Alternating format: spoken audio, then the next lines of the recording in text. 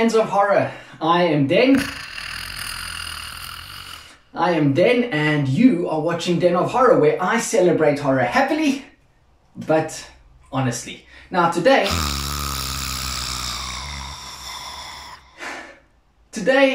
I'm going to be, just hold on 1 second.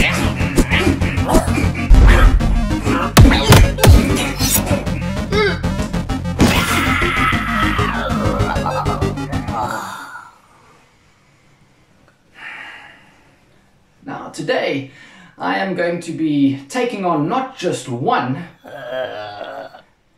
but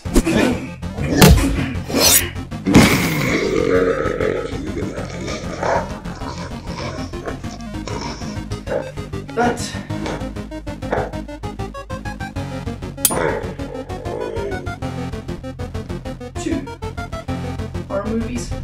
Hope you enjoy.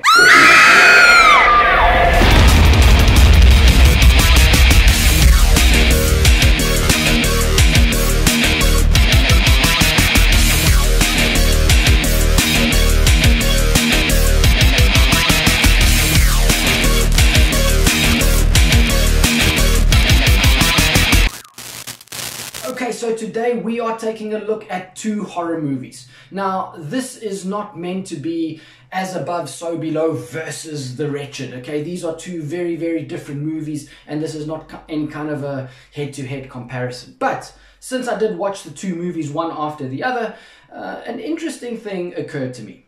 One film is very ambitious, but doesn't quite manage to live up to the creepy premise and the high expectations it sets out for itself, whereas the other, although it doesn't aim quite as high, succeeds in giving you what you expect from a run-of-the-mill but fun Friday night gore fest.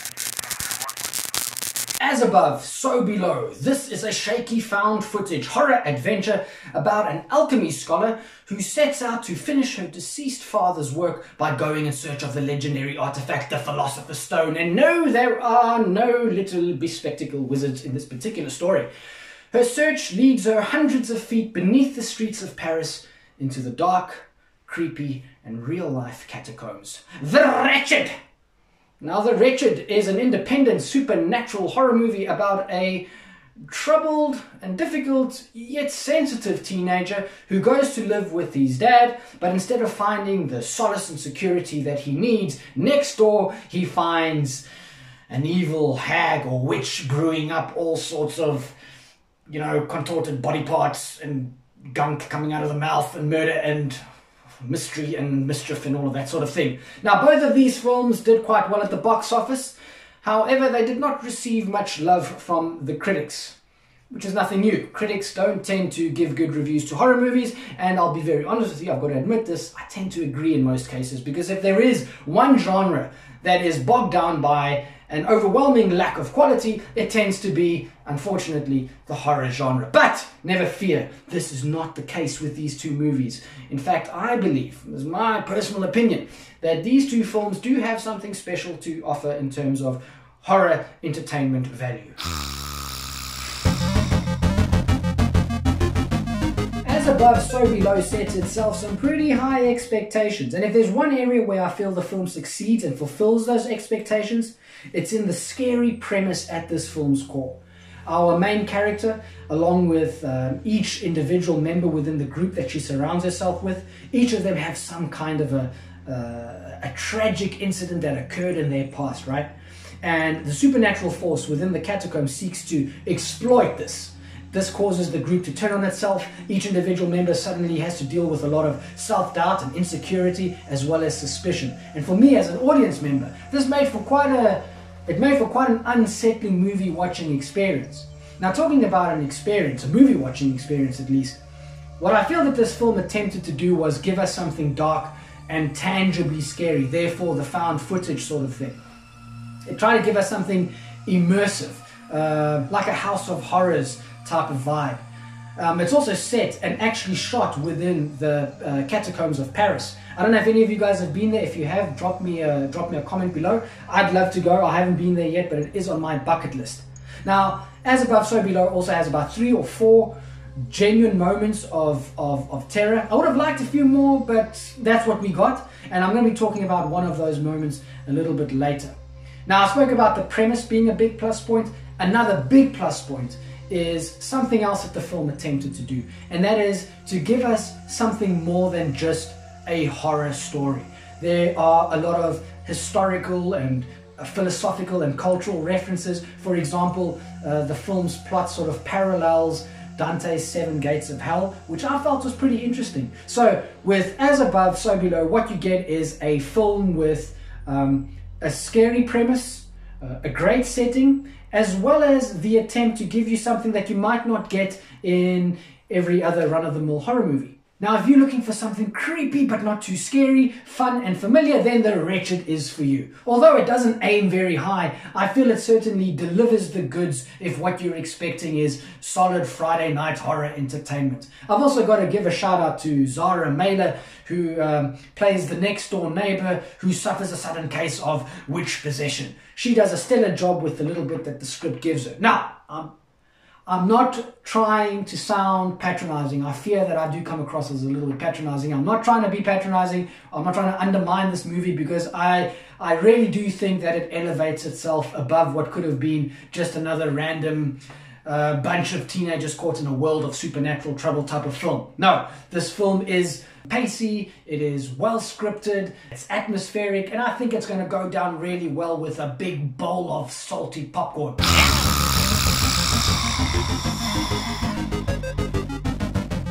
Now, one of my biggest issues with As Above, So Below was that whole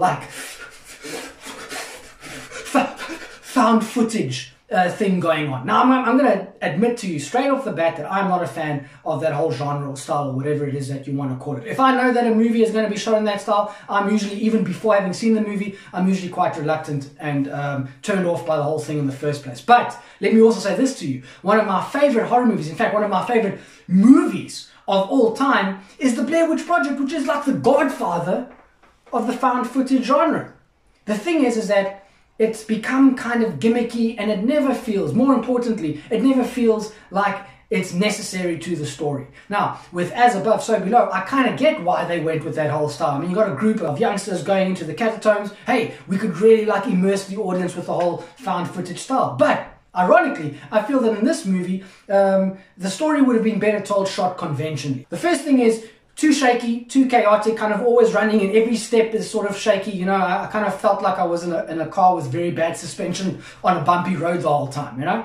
Another thing is that some member of the group is always holding the camera. Now, that's all fine and well and good, but when I'm sitting there going, who's holding the camera, rather than being immersed in the story, because I'm kind of wondering who's holding the camera. But for me, the biggest issue with the whole found footage style in relation to this movie, this is a group that has kind of just been put together. There's two members that have a history with each other, the main character and what seems to be a romantic link. Now, these two have intimate, maybe confessional moments of dialogue in the movie, and then there's this camera on them. I kind of sit there thinking, would they be having this conversation knowing that a stranger is filming them? Absolutely not. At least that's what I thought. And that kind of, the problem with that kind of thing is that firstly, it takes me out of the movie, and secondly, it feels a little bit like the story is at odds with the style that the movie is shot in. Whereas those two things need to be seamless. And I felt that it wasn't seamless in this particular movie. Another thing that I felt was an issue with the film that doesn't have anything to do with the whole found footage thing. I almost feel as if the film isn't quite sure, or wasn't quite sure, what sort of film it wanted to be. I'm not saying that you should make a predictable sort of box your film into a specific genre. You don't need to do that. It's nice when you try and explore the different aspects, but I felt that in As Above, So Below, it's like the film wasn't quite sure. Did it want to be an adventure story with scary moments, or did it want to be a horror movie with an adventurous sort of Indiana Jones kind of feel to it? The problem is that when you don't consolidate exactly what kind of a film you want this to be and what you want to evoke from the audience, is that the horror moments or the horror elements in this movie kind of become a little bit muted or subdued by the adventure sort of plot and all the different plot twists. Just like with As Above, So Below, here we have the Wretched that is also not quite sure of what kind of a horror movie it really wants to be. Do I want to be one of the young adult teen horror movies and they tend to be not that scary? Or do I want to be one of the teen slasher horror movies like A Nightmare on Elm Street or Friday the 13th or It Follows? You know, movies that get really gory and embrace their horror elements. I almost feel like the Wretched wanted to be something scarier, wanted to be something grittier, but for some reason was holding back. But then at the same time kind of felt a little bit like it was too scary and gory to be a young adult teen horror movie. So I'm not quite sure what happened there, but it felt sort of stuck between two things. Another thing was, like with As Above, So Below, this movie really did have well fleshed out characters that we root for, and that when they are in their really scary moments, we get behind it because we engage with the characters, therefore we engage with what they're experiencing. Now, I'm not trying to compare the two. Okay, I am comparing the two movies. I said I wasn't going to compare them, but now I'm comparing them. So just as one thing, I'm going to compare. Sorry, okay? So, yeah, you have great characters on this side that are fully fledged and you get behind. With the Wretched, on the other hand, I'm not going to say that it gets as bad as you don't follow the characters and you absolutely don't care about them. They are likable, they're well set up, they're well acted.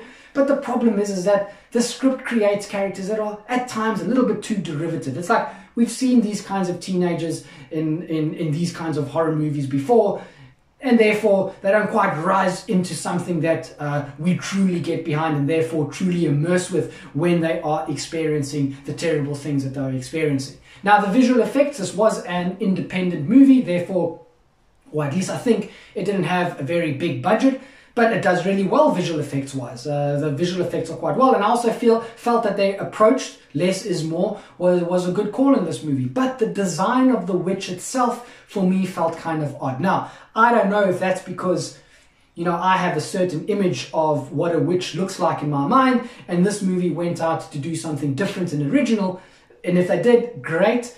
And I felt that's kind of what they were doing, but in the end, what I end up seeing on the screen, it kind of felt like one of the ghosts that you see in a movie like The Ring or Dark Waters, something like that. So it never quite got... Shh.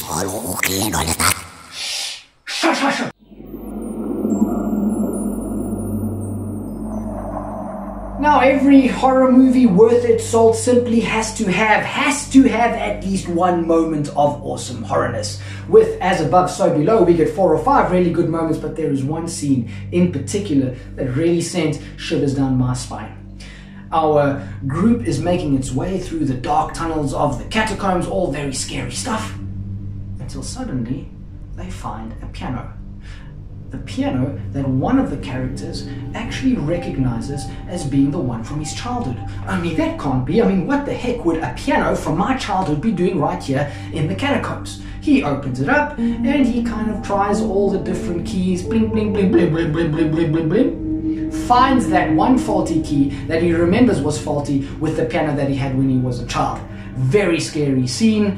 Very well shot. Me personally, if that was me, I'd close the piano up. Thank you very much. Your piano, I'm out of here. End of movie. Now, the Wretched, with all its atmosphere and creepiness, certainly has a whole bunch of moments of awesome horrorness, particularly in the jump scare department. But for me, the moment that really brought the most impact was actually not a jump scare scene at all, but rather one that built slowly in tension and sinister dread. It involves a mom taking her child out for a walk in the woods. Now, me personally, I don't know what you look for in the woods outside of trouble. I wouldn't be in the woods, especially those woods. I wouldn't even be walking myself in those woods. Anyway, this is what she does. She takes her child out for a walk in the woods, and the child wanders off on its own until it comes across a lair hidden in a bunch of roots at the bottom of a tree.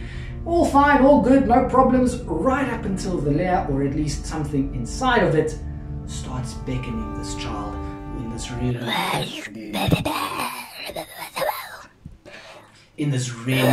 sinister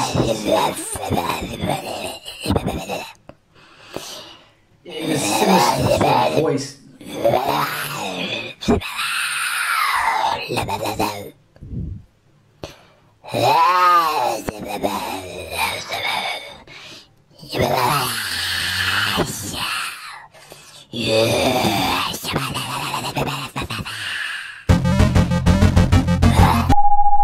Okay, fans of Horror, so maybe I threw a little bit of shade at these two movies, but at the end of the day, it's just my opinion. Please, you do not have to agree with it, and I will say this sincerely.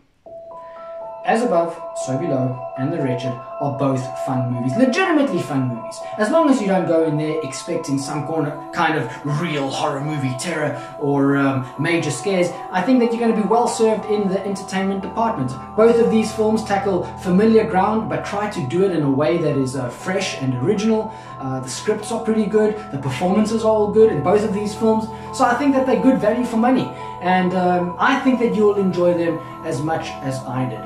Now, if you like the content, please subscribe to the channel, and if there's something that you would like me to watch, then please drop that in the comments and I will do my best to get to it as soon as possible. On that note, this is Den of Horror. I am Den, and I wish you all a lovely week, and I will see you guys.